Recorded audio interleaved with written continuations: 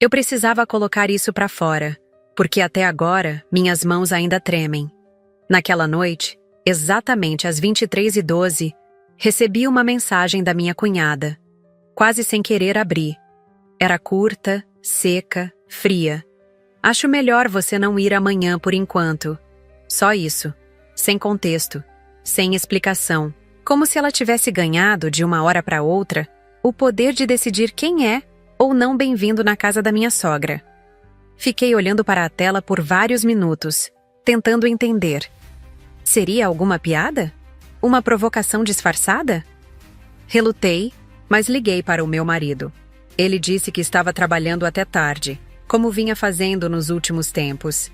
E sabe o que ele me perguntou antes de qualquer coisa? O que você fez agora? Como se o problema fosse eu. Como se fosse óbvio que eu deveria ter feito algo para merecer isso. Expliquei, ainda em choque, que a irmã dele acabara de me desconvidar do churrasco de família. E a resposta dele foi a pá de cal. Talvez seja melhor deixar pra lá dessa vez? Deixar pra lá? A própria esposa, banida de um evento familiar? E ele achava que isso era algo para simplesmente aceitar e seguir em frente? Desliguei o telefone sem me despedir. Me deitei olhando pro teto, o coração disparado, a mente girando sem controle. Aquela frase, por enquanto, não saía da minha cabeça. Aquilo não era um desconvite qualquer. Era uma demarcação de território. Um limite sendo traçado. Um aviso. Fiquei a noite toda acordada, revendo aquela mensagem em looping mental. Por enquanto, como se estivessem me testando, tentando ver até onde poderiam me empurrar sem que eu explodisse. Sempre me senti um pouco deslocada naquela família, como uma peça que não encaixa. Mas pelo menos fingiam me incluir. Agora nem isso. Nem o fingimento. Deitada na cama, com meu marido roncando ao lado, comecei a rolar o celular. Fotos antigas de reuniões de família, onde eu estava sempre um passo atrás. Sorrisos forçados. Posições marginais nas fotos. Piadas internas que paravam, no exato momento em que eu entrava no ambiente. Sabe quando a ficha começa a cair em silêncio? Foi assim. E tinha mais. Nos últimos meses, meu marido estava mais ausente. Dizia que trabalhava até tarde, saía aos sábados com desculpas vagas. E sempre que eu mencionava a irmã dele, o tom mudava. Ficava defensivo, irritado, impaciente. Aquilo agora não parecia coincidência. Parecia encenação. Naquela madrugada, algo em mim mudou. Deixei o papel da esposa que engole sapo de lado. Não ia aceitar calada. Não dessa vez. Se eles achavam que poderiam me apagar com uma simples mensagem, estavam prestes a descobrir que estavam mexendo com a pessoa errada. Acordei cedo, mesmo tendo dormido menos do que 3 horas. A cabeça pesada, o estômago embrulhado. Meu marido já tinha saído. No lugar dele, um bilhete na geladeira. Fui ajudar com os preparativos. Volto mais tarde para te buscar. Buscar. Pra quê? Ele sabia. Sabia muito bem que eu não estava convidada. Mas, como sempre, fingia que nada tinha acontecido. Era o especialista em varrer conflitos para debaixo do tapete, em agir como se meu desconforto fosse exagero, drama, imaginação, fértil. Peguei o celular e encarei mais uma vez a mensagem da minha cunhada. Acho melhor você não ir amanhã por enquanto. Aquela frase não era neutra, nem casual. Por enquanto, era código. Soava como uma ameaça disfarçada de cuidado. E o tom? Tão passivo-agressivo que quase gritava, como se ela estivesse finalmente tirando a máscara depois de 5 anos de abraços forçados e sorrisos frios. Fiz um café e sentei na beira da cama, tentando ordenar os pensamentos. Algo estava muito errado. A exclusão repentina, o silêncio do meu marido, a falsa naturalidade com que tudo estava sendo tratado. Era como se estivessem armando um cenário no qual eu seria o único elemento fora do lugar. O problema a ser eliminado. Decidi começar pelas gavetas do escritório. Meu marido sempre foi bagunceiro com documentos. mas ao mesmo tempo paranoico com registros. Guardava tudo: extratos, recibos, contas antigas. E eu? Sempre fui a que confiava. A que ouvia ele dizer: foi para um investimento. Minha mãe precisou de um adiantamento. Fiz um saque para pagar umas pendências. Mas nos últimos meses, nossa conta conjunta vinha ficando mais vazia do que o normal. E com a mensagem da noite anterior ainda queimando no peito, minha confiança começava a se dissolver feito açúcar na água quente. Alguma coisa estava conectando todos os sinais. O afastamento dele, a atitude da irmã, o sumiço do dinheiro. No meio da papelada, meu celular vibrou. Era minha prima, a única da família dele com quem eu realmente me dava bem. Você tá sabendo do grupo novo no WhatsApp? Ela perguntou direto, com um tom hesitante. Meu coração afundou antes, mesmo da resposta. Que grupo? Criaram ontem à noite. Todo mundo tá lá. Menos você. Estão organizando o churrasco, mandando meme, escolhendo quem leva o quê. Achei estranho você não estar. Agradeci com a voz falhando. E desliguei.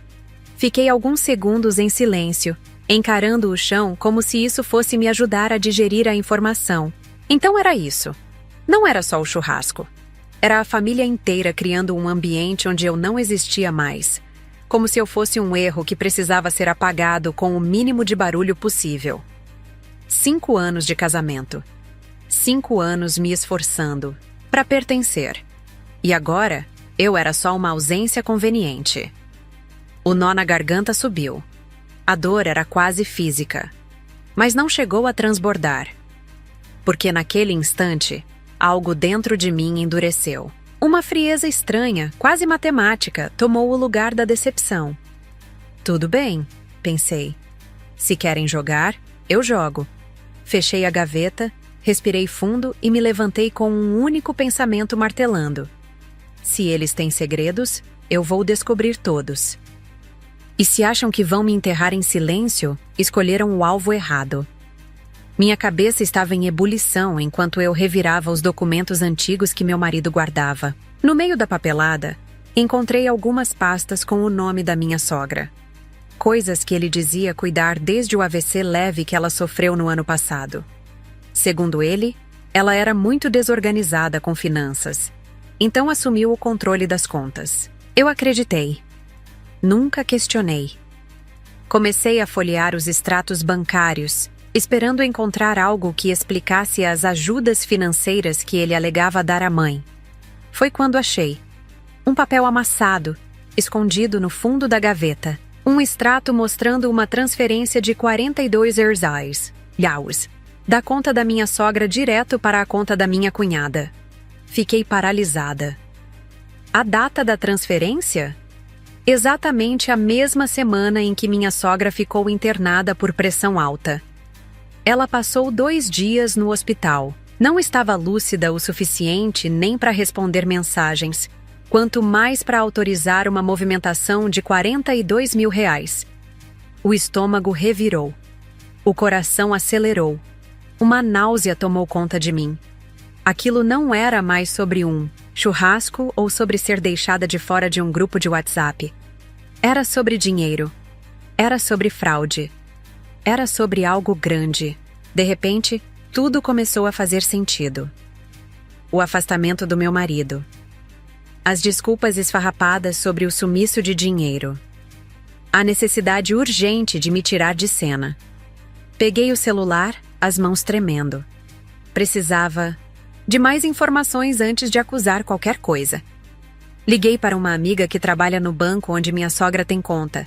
Não pedi nada ilegal. Jamais faria isso. Mas perguntei de forma genérica. Como funcionam transferências? De alto valor para terceiros, especialmente quando o titular da conta está hospitalizado? Ela foi cuidadosa, como eu esperava. Olha, sem detalhes de cliente, o que posso te dizer é, se a pessoa está incapacitada, internada, por exemplo, só alguém com procuração pode autorizar uma transferência desse porte. Verifica quem assinou e presta atenção nas datas. Desliguei com o coração na boca. Meu marido tinha uma procuração, a irmã dele não. Foi como se as peças começassem a se encaixar num quebra-cabeça sórdido. E se ele estivesse usando a procuração da mãe para transferir dinheiro para a cunhada? E se essa movimentação fosse apenas a ponta do iceberg? As conversas sussurradas entre os dois. As risadas que cessavam quando eu entrava na sala. As mensagens que ele escondia de mim. Talvez o por enquanto da mensagem não fosse sobre um churrasco. Talvez fosse sobre tempo. Tempo que eles precisavam para concluir algo antes que eu descobrisse. E agora, como contadora e esposa, eu estava começando a enxergar. Estava claro. Não era só rejeição. Era um afastamento estratégico. Eles estavam me tirando do caminho antes que eu tivesse a chance de impedir o que estavam fazendo com o dinheiro de uma senhora vulnerável. Peguei minha bolsa, coloquei o extrato bancário dentro e saí de casa com o coração acelerado. Precisava de mais provas antes de qualquer confronto. Fui até uma cafeteria próxima, um lugar neutro onde poderia pensar com calma, longe do risco do meu marido voltar e me encontrar vasculhando o passado dele. Enquanto o café esfriava na xícara, comecei a revisar minhas redes sociais, tentando achar pistas nas postagens recentes da família. Foi aí que meu sangue gelou. Minha cunhada havia postado uma selfie no Instagram no dia anterior, aparentemente se preparando para o churrasco. Estava de biquíni, posando na varanda da casa da minha sogra. Mas não foi isso que me prendeu. Foi o reflexo na porta de vidro atrás dela. Meu marido, sem camisa, rindo. Eu reconheceria aquela silhueta de olhos fechados. O mesmo homem que, naquele dia, jurou estar fazendo hora extra, que chegou em casa cheirando a fumaça e cerveja, dizendo que tinham improvisado uma churrasqueira na empresa. Mentira! Ele estava com ela, com a irmã, na casa da mãe, rindo, comemorando. Enquanto eu acreditava, de novo, em tudo que ele dizia. Salvei a foto, dei zoom, tentei encontrar qualquer explicação plausível. Não havia. Era ele. Era ela. E era eu quem estava sendo enganada, deixada de fora como se fosse um erro, um fardo, um incômodo. Ainda tentando processar, recebi uma notificação do Google Fotos. Lembranças de 1 ano atrás. Abri por reflexo, talvez buscando conforto. Nas memórias. Eram fotos de outro churrasco da mesma família. Comecei a passar as imagens, reconhecendo aquele mesmo padrão. Eu sempre nas bordas. Nunca no centro. Sempre um pouco fora do enquadramento. Até que parei em uma foto específica. No fundo da imagem, quase escondidos, estavam meu marido e minha cunhada. Conversando. Perto demais. A mão dele no ombro dela. Os rostos próximos o suficiente para compartilhar um segredo, ou algo pior. Na época, achei normal. Agora, tudo parecia diferente. Carregado. Calculado. Continuei vasculhando fotos antigas e o padrão se repetia. Em toda reunião de família, havia um momento em que eles se isolavam. Sempre de cochichos, sempre em cantos da casa, como cúmplices.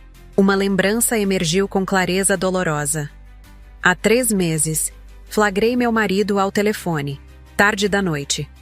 Quando perguntei com quem ele falava, respondeu, sem olhar nos meus olhos, que era do trabalho.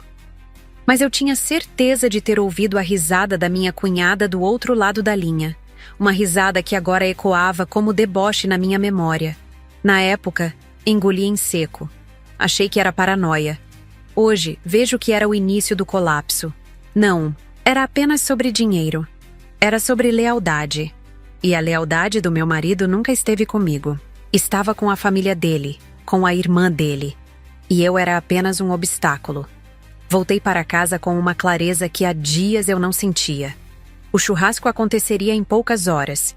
E eu sabia exatamente como iria me apresentar. Não como a esposa traída, chorando e gritando no portão, mas como alguém que vem com provas, com fatos, com tudo o que é necessário para desmontar uma farsa construída com anos de mentiras. fui direto ao computador que compartilhávamos. Meu marido nunca foi bom com tecnologia. Repetia senhas, não limpava histórico, deixava tudo logado. Entrei no e-mail dele, na nuvem, nos aplicativos de mensagens. Vasculhei com calma, como uma contadora revisando contas suspeitas. E foi no Menus Items e iCloud que encontrei algo que tirou meu fôlego. Um print salvo de meses atrás.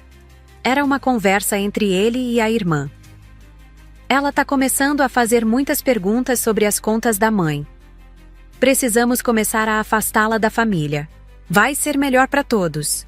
E a resposta dela como uma facada. Começa a desgastar ela na frente de todo mundo. Faz ela parecer problemática. É mais fácil a família acreditar que ela é maluca do que descobrir o que fizemos. Fiquei paralisada diante da tela. Era isso então. Não era só exclusão. Era sabotagem. Era uma campanha sutil e cruel para me isolar, me desmoralizar, me transformar na vilã da história. Comecei a lembrar das últimas vezes em que ele me criticou em público, das pequenas humilhações disfarçadas de piadas, das vezes em que mencionou para parentes como eu era sensível, exagerada, difícil de lidar. E eu, feita de boa vontade e paciência, achei que eram apenas desabafos normais de um casal. Que ingenuidade a minha. O choque deu lugar à raiva. E da raiva nasceu foco. Salvei o print. Fotografei cada evidência que tinha em mãos. O extrato bancário, a imagem do Instagram com o reflexo dele, as conversas arquivadas. Montei um dossiê, um verdadeiro mapa da mentira que eles tentaram construir às minhas custas. E então, uma lembrança emergiu. Como se meu cérebro estivesse, enfim, me entregando todas as peças. 3 meses atrás, minha sogra quase perdeu a casa por causa de uma dívida de IPTU. Ela chorou na minha frente, dizendo que aquele imóvel era tudo o que tinha. Naquele dia, movida por compaixão e pela herança modesta que havia recebido do meu pai, eu quitei a dívida. Fiz tudo discretamente, sem alardes, sem ostentar. Ela era orgulhosa. Queria que fosse algo temporário. O advogado dela sugeriu um contrato de gaveta como garantia. Concordei. Assinei sem pensar 2 vezes, confiando plenamente no processo. Só que agora, revendo os documentos, percebi o que aquele contrato realmente fazia. A casa foi registrada no meu nome. A escritura, com firma reconhecida e tudo, foi lavrada 2 semanas depois. A casa onde o churrasco estava prestes a acontecer. A casa de onde tentaram me expulsar com um simples por enquanto. Era minha. Legalmente minha. E ninguém, além da minha sogra, sabia disso. Nem meu marido, nem minha cunhada. Nenhum. Dos que agora riam da minha ausência, achando que estavam no controle. Uma calma estranha desceu sobre mim. Como o silêncio antes de uma tempestade. Agora eu tinha todas as cartas na mão. E estava pronta para jogá-las. Enquanto reunia as provas e tentava organizar os pensamentos, recebi uma notificação no celular. Era da minha prima, a única da família dele que ainda falava comigo. Ela tinha me mandado um print do tal grupo novo da família. No print, estavam compartilhando a playlist do churrasco. Pagode, sertanejo, aquelas músicas que tocavam sempre nas festas deles. Rolei a tela para ver os comentários. E então vi. Meu cunhado, o irmão mais novo do meu marido, escreveu: "Pelo menos esse ano vai ter paz, sem drama." Minha cunhada respondeu com um emoji de brinde. Minha sogra curtiu. E o meu marido respondeu com um simples "Amém." Salvei o print. Cada linha era uma faca cravada no peito. Paz e sem drama eram o código deles para sem a esposa indesejada. Continuei olhando a conversa. Vi que já estavam todos na casa, acendendo a churrasqueira, enchendo a piscina inflável das crianças, rindo, brincando, trocando piadas. Como se eu nunca tivesse existido. Como se 5 anos de casamento fossem um erro fácil de deletar com uma simples frase: "Acho melhor você não vir por enquanto." A dor não foi só emocional. Foi física, como se alguém tivesse apertado meu peito com as duas mãos. Porque aquilo não era só sobre traição. Era sobre pertencimento, sobre ser rejeitada como se fosse um fardo inconveniente.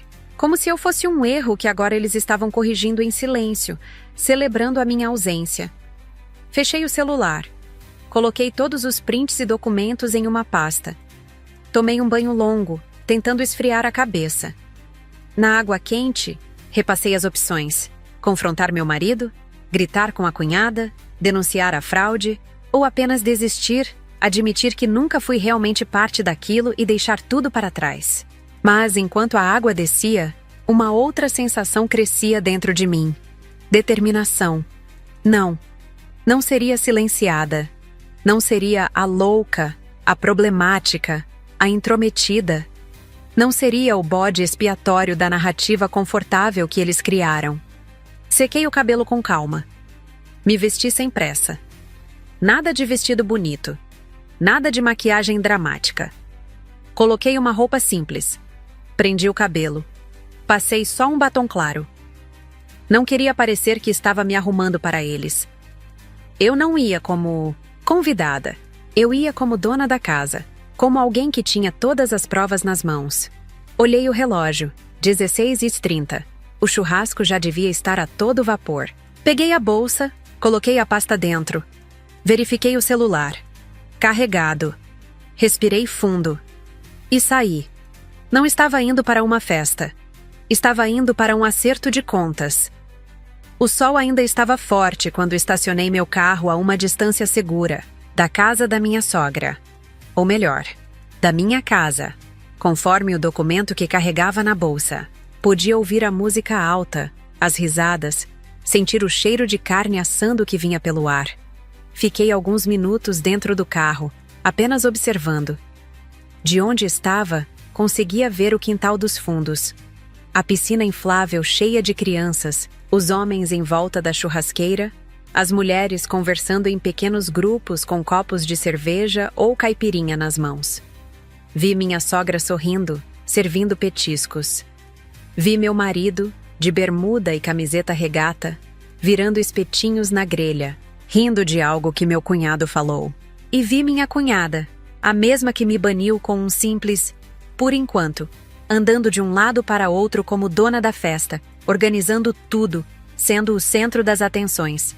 Meu coração batia tão forte que parecia que ia romper meu peito. Não, era apenas raiva ou tristeza. Era uma profunda sensação de traição. Estas pessoas tinham compartilhado minha vida por 5 anos. Tinham me abraçado, mesmo que falsamente, agora eu sabia. Tinham estado no meu casamento, tinham jantado na minha mesa. E agora estavam todos ali, celebrando minha ausência, como se minha exclusão fosse motivo de alívio. Saí do carro e comecei a caminhar em direção à casa. Cada passo parecia pesado, como se meus pés quisessem me impedir de seguir adiante. Uma parte de mim, a parte que ainda amava meu marido apesar de tudo, a parte que ainda queria acreditar que havia algum mal-entendido, implorava para que eu desse meia volta, para que esperasse até estar mais calma, para que buscasse uma solução menos confrontadora. Mas a outra parte, a que tinha sido traída, manipulada, excluída, a que carregava as provas de uma fraude, me empurrava para frente. Quando cheguei ao portão, hesitei por um segundo. De dentro, ouvi alguém contar uma piada e todos rirem. Reconheci a voz da minha cunhada na sequência. Ainda bem que estamos só entre família de verdade. Mais risadas. Aquilo foi a gota d'água. Toquei a campainha. 1, 2, 3 vezes. A música diminuiu ligeiramente. Ouvi passos se aproximando. A porta se abriu e lá estava ela, minha cunhada, com um copo de cerveja na mão e um sorriso congelado no rosto. Quando me viu, o sorriso desapareceu completamente, substituído por uma expressão de choque absoluto. Você? O que você está fazendo aqui? Ela gaguejou, o corpo bloqueando a entrada, como se tentasse impedir que eu visse a festa acontecendo, lá dentro. Por cima do ombro dela, vi meu marido se virar. Nossos olhares se encontraram. Não havia culpa em seus olhos.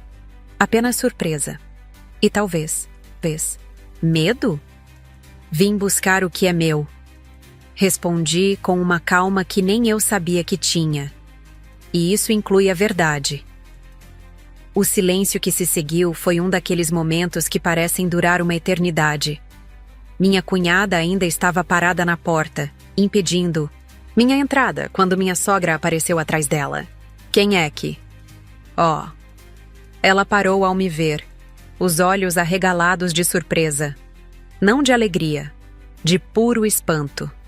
Como se estivesse vendo um fantasma. Querida, a gente achou que você não vinha, ela disse, com aquele sorriso social forçado, que eu conhecia tão bem. Por trás dela, convidados começaram a notar a comoção na porta. As conversas diminuíram. Alguns olhares curiosos se voltaram para nós. Uma criança correu da piscina gritando algo sobre uma tia que não devia estar ali. Meu marido deixou os espetinhos na churrasqueira e começou a se aproximar lentamente. Todos pareciam estar em câmera lenta. Posso entrar? Perguntei, com um sorriso calmo que sabia estar assustando mais do que se eu estivesse gritando. Minha cunhada hesitou, olhou para trás como se buscasse instruções de alguém, mas finalmente deu um passo para o lado. Entrei no território deles, ou melhor, no meu território, conforme o documento na minha bolsa. Eu sei que vocês não esperavam me ver aqui. Comecei, minha voz surpreendentemente firme. Afinal, vocês deixaram bem claro que eu não era bem-vinda nesse churrasco. Por enquanto. Enfatizei as últimas palavras olhando diretamente para minha cunhada. Mas eu trouxe algumas coisinhas que acho que vocês esqueceram de discutir no grupo da família. Aquele que vocês criaram sem mim. Tirei o celular da bolsa. A música parou completamente. Alguém desligou o som. O único barulho era o crepitar da gordura na churrasqueira e algumas crianças brincando ao fundo, alheias ao drama dos adultos. Meu marido finalmente chegou perto, mantendo uma distância segura. O que você está fazendo? Doyle perguntou em voz baixa, como se não quisesse que os outros ouvissem. Você não devia estar aqui.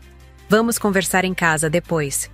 Aquela frase, aquele tom condescendente, como se estivesse falando com uma criança problemática, fez meu sangue ferver. Não vamos conversar depois. Vamos conversar agora. Na frente de todo mundo. Porque aparentemente todo mundo aqui já sabe coisas sobre mim, sobre nós, que eu mesma não sei. Todo mundo aqui parece saber que eu sou um problema, um drama, uma intrometida que não merece estar na família de verdade. Vi o rosto dele empalidecer ao perceber que eu tinha ouvido as conversas do grupo. Se você já está aqui, então fala logo o que veio falar. Minha cunhada interrompeu impaciente, tentando retomar o controle da situação. Sorri para ela. Um sorriso frio, com todo prazer. Abri minha bolsa, tirei a pasta com os documentos e a coloquei sobre a mesa mais próxima, ao lado de uma bandeja de farofa e um isopor de cerveja. Primeiro, vamos esclarecer algumas coisas. Comecei, pegando o primeiro documento da pilha. Era a escritura da casa. Minha querida sogra. Virei-me para ela, que estava parada a alguns metros, visivelmente desconfortável. Lembra quando a senhora quase perdeu esta casa há 3 meses por causa das dívidas de IPTU? Lembra quem pagou para evitar o leilão?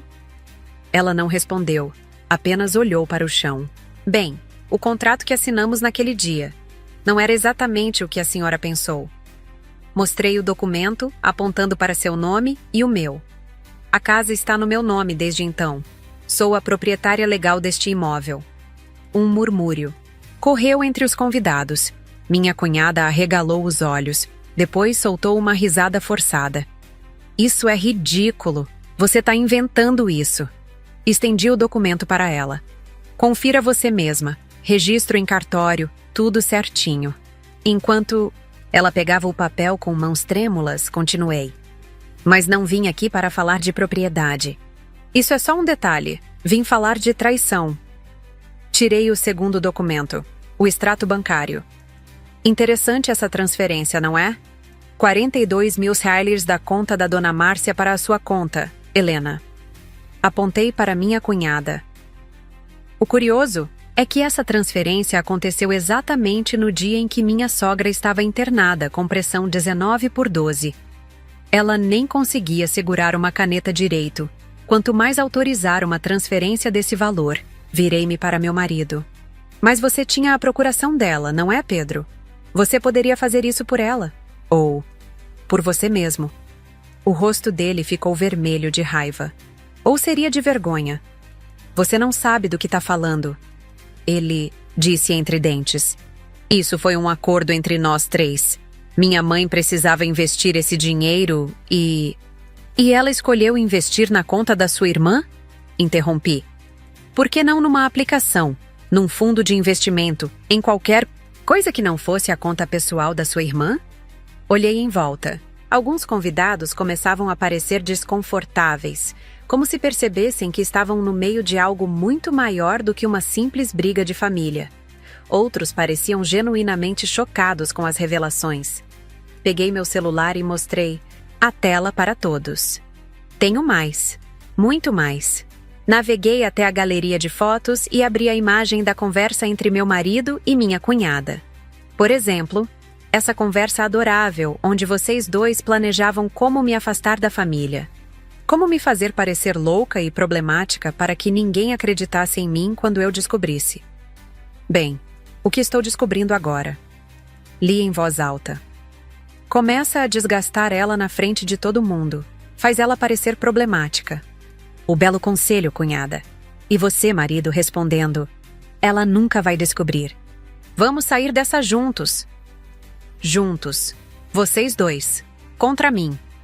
Meu marido avançou como se fosse pegar meu celular, mas parou quando levantei a mão. Nem tente. Já salvei tudo em vários lugares. Já enviei para meu advogado. Já documentei. Tudo. Era uma mentira. Ainda não tinha falado com nenhum advogado. Mas pelo medo nos olhos dele, percebi que tinha acertado em cheio. Não é o que você está pensando. Ele tentou se explicar. A voz trêmula. Ah, não? Então me explica o que eu deveria pensar quando descubro que meu marido e minha cunhada estão desviando dinheiro da minha sogra doente, conspirando para me afastar da família, e depois... Ah, sim, tem mais. Mostrei a foto do Instagram, onde ele aparecia no reflexo. Isso foi no dia em que você disse que estava trabalhando até tarde, lembra? Que a empresa tinha feito um churrasco improvisado. E por isso você chegou com cheiro de fumaça e cerveja. Engraçado como a empresa se parece exatamente com a casa da sua mãe. E seus colegas de trabalho se parecem exatamente com a sua. Irmã de biquíni. Olhei ao redor para os rostos chocados dos familiares e amigos. Não vou nem entrar no mérito do que mais vocês dois andam fazendo pelas minhas costas. Deixo isso para a imaginação de vocês. Era uma insinuação pesada. E vi no rosto da minha cunhada que ela entendeu exatamente o que eu estava sugerindo. Você tá louca! Ela gritou, jogando os documentos no chão. Tá vendo? É exatamente disso que a gente estava falando. Ela é completamente desequilibrada. Mostra pra eles a conversa inteira, então. Desafiei. Deixa todo mundo ver o contexto que você tanto diz que estou distorcendo. Ela ficou em silêncio, o rosto vermelho de raiva. Um silêncio pesado caiu. Sobre o quintal.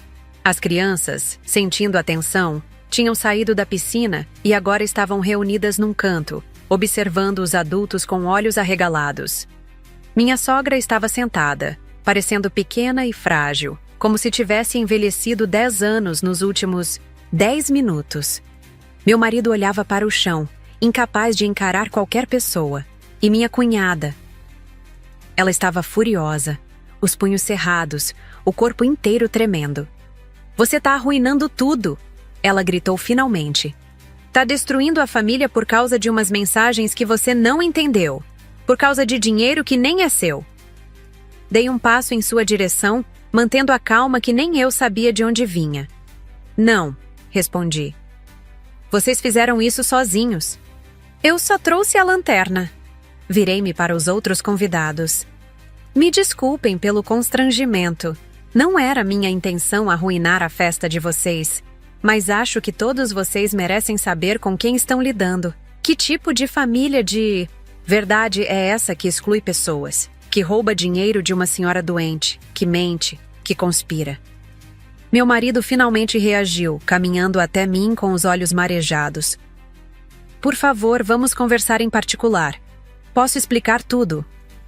Recuei um passo. Explicar o quê? Como você vem me fazendo parecer louca por meses? Como você tem mentido? Sobre onde está e com quem está? Como você e sua irmã estão desviando o dinheiro da sua própria mãe? Minha voz começou a falhar pela primeira vez. A adrenalina estava diminuindo, dando lugar a uma profunda tristeza. Ou vai explicar por que, depois de 5 anos juntos, foi tão fácil me jogar fora? Por que foi tão fácil para você escolher o lado dela ao invés do meu? Por que uma simples mensagem de por enquanto era tudo o que você achava que eu merecia?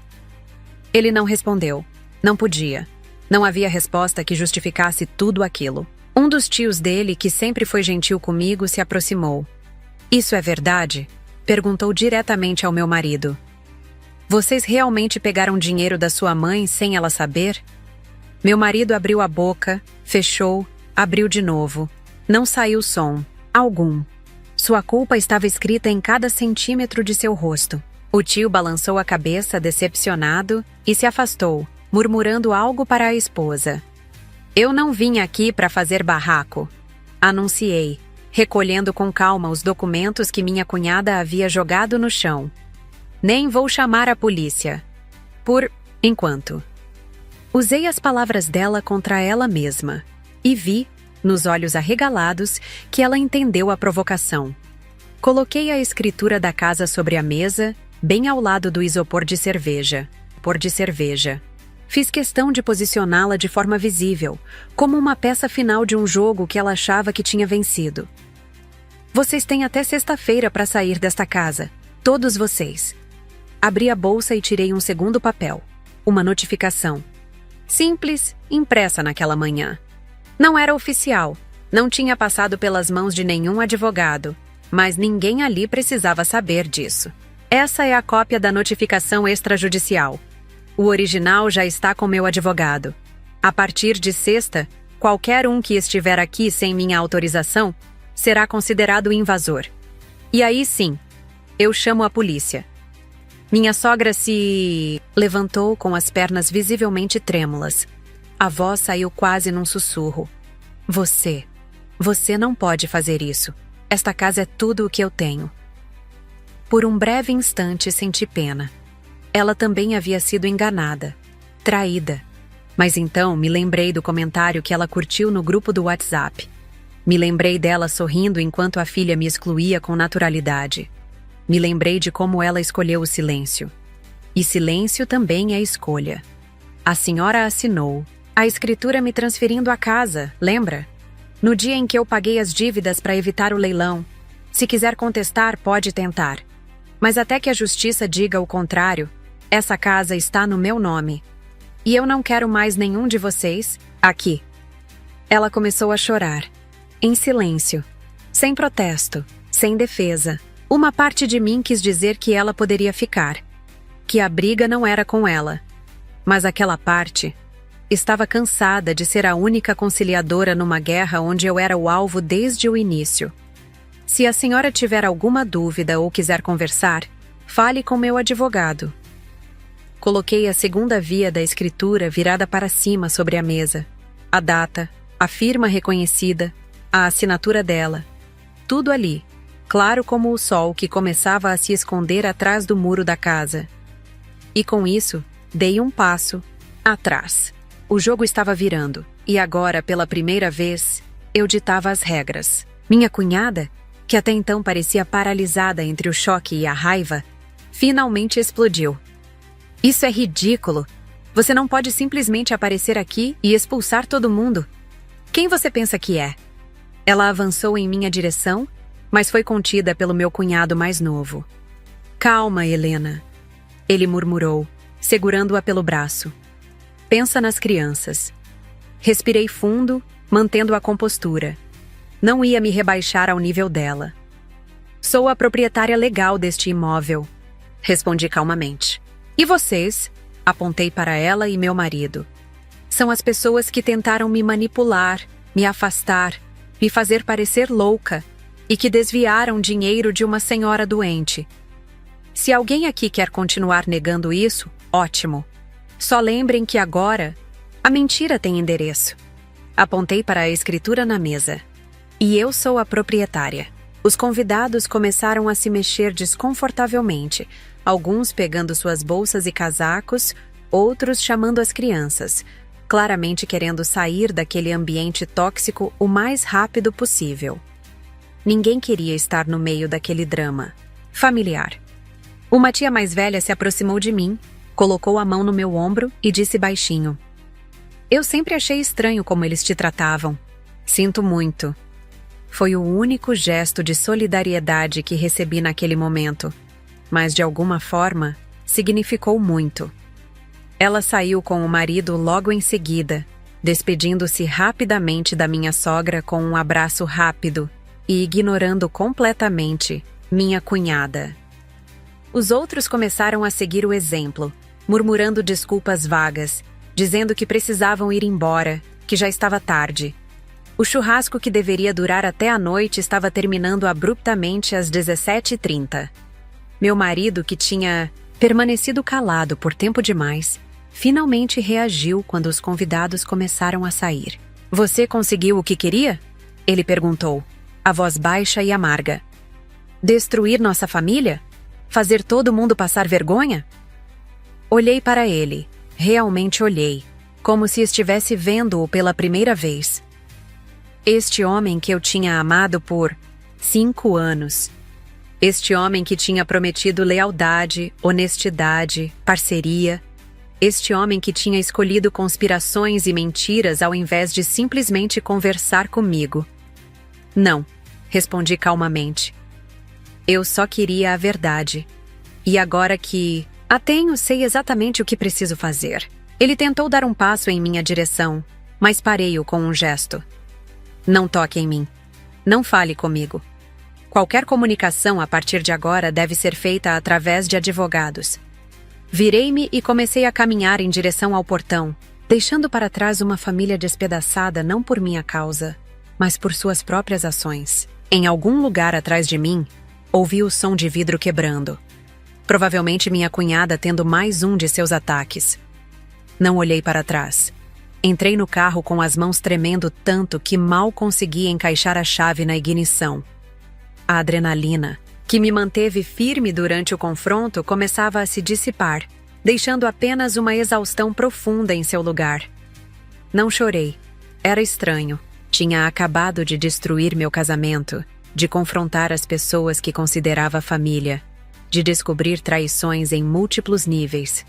E ainda assim, não havia lágrimas. Apenas um vazio enorme, como se algo fundamental tivesse sido arrancado de dentro de mim. Liguei o motor e dirigi lentamente para longe daquela casa. Minha casa, tecnicamente, mas que nunca mais pisaria sem sentir o gosto amargo da traição. No caminho, recebi uma ligação da minha prima. Tô sabendo de tudo. A tia Sônia me ligou agora mesmo. Ela falou rapidamente. Você tá bem? Quer vir pra cá? Pode ficar aqui em casa quanto tempo precisar. Era tentador. Não queria voltar para o apartamento que dividia com meu marido, aquele espaço cheio de memórias que agora pareciam falsas, mas precisava de tempo sozinha. Obrigada, mas vou para um hotel. Preciso pensar, organizar minha cabeça. Te ligo amanhã, ok?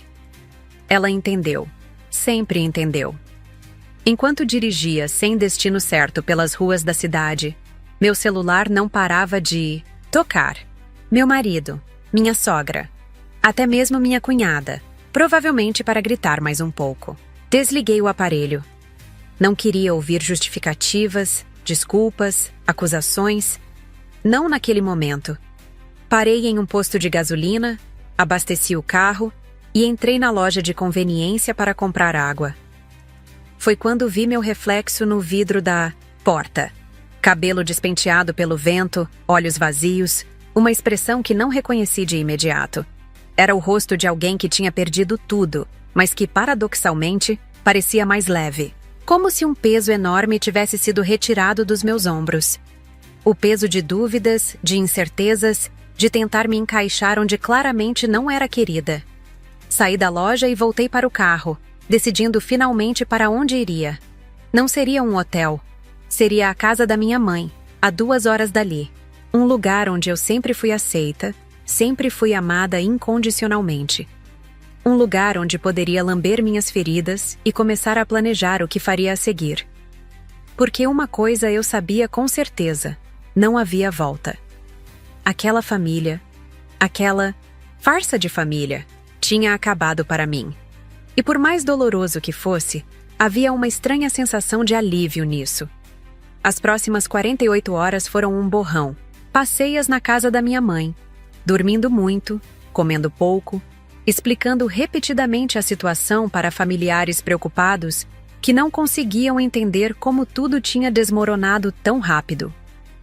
Não foi rápido, expliquei para minha mãe enquanto ela preparava um chá para mim na segunda noite. Foi lento.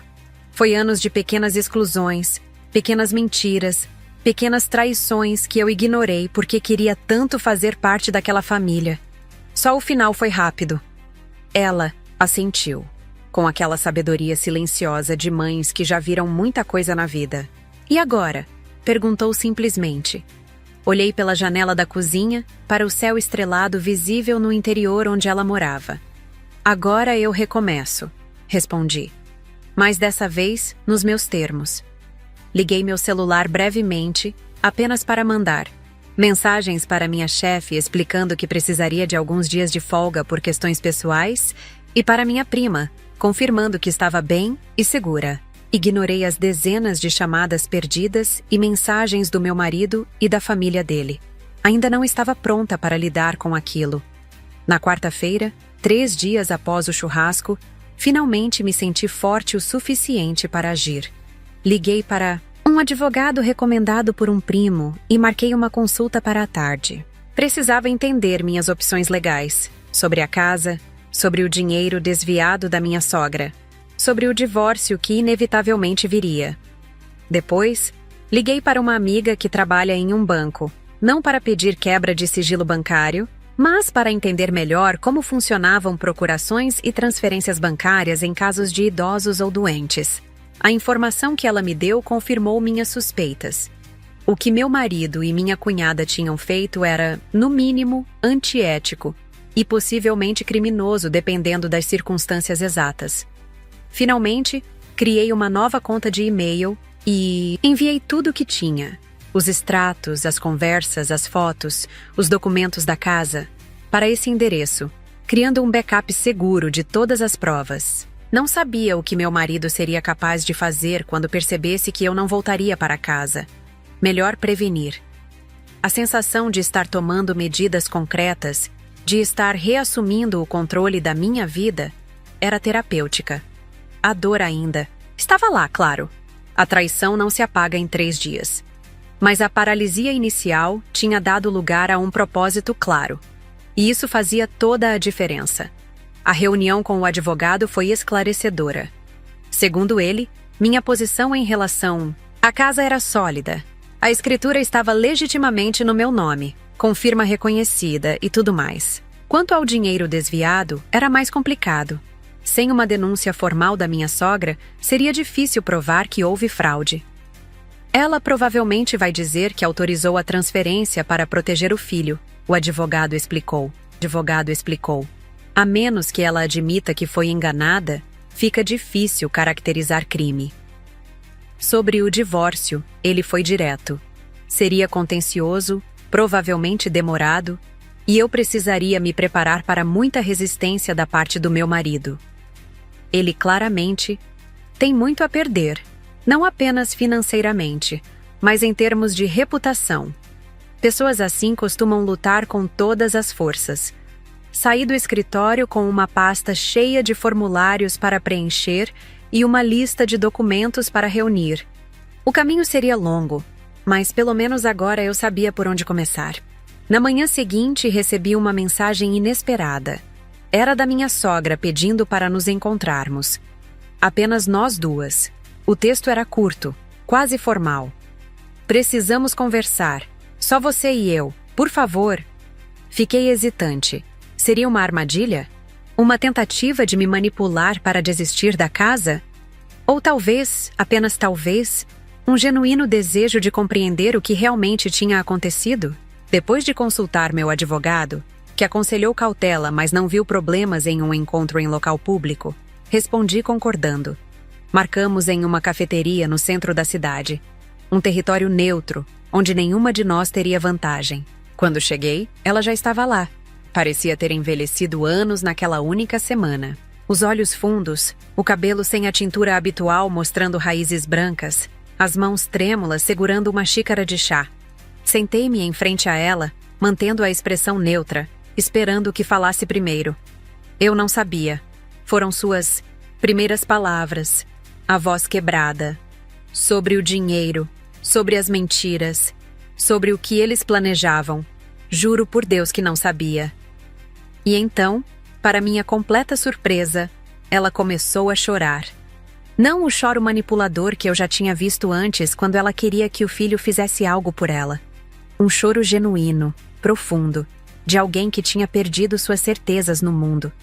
E apesar de tudo, apesar da raiva e da mágoa, senti uma pontada de compaixão por aquela mulher quebrada à minha frente.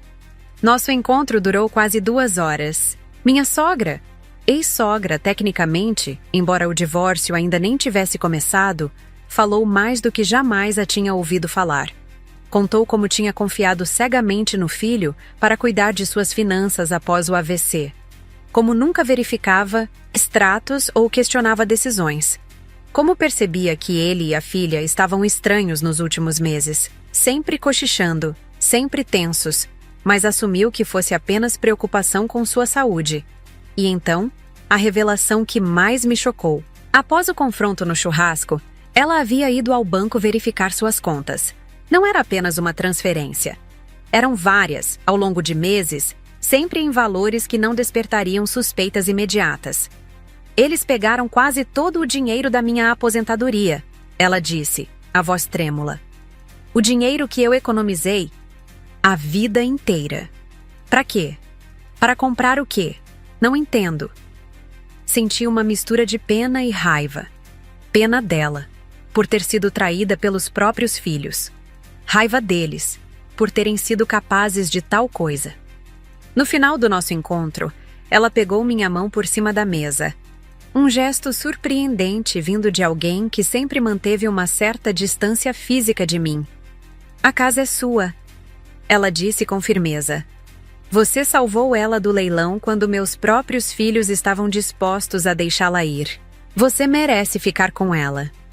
Fiquei sem palavras por um momento. Não esperava isso. E quanto à senhora? Onde vai morar? Ela soltou um suspiro cansado.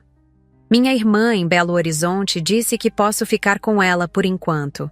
Talvez seja bom sair um pouco daqui, pensar, entender como não vi o que estava acontecendo bem debaixo do meu nariz. Assenti, compreendendo perfeitamente essa necessidade de distância para ganhar clareza.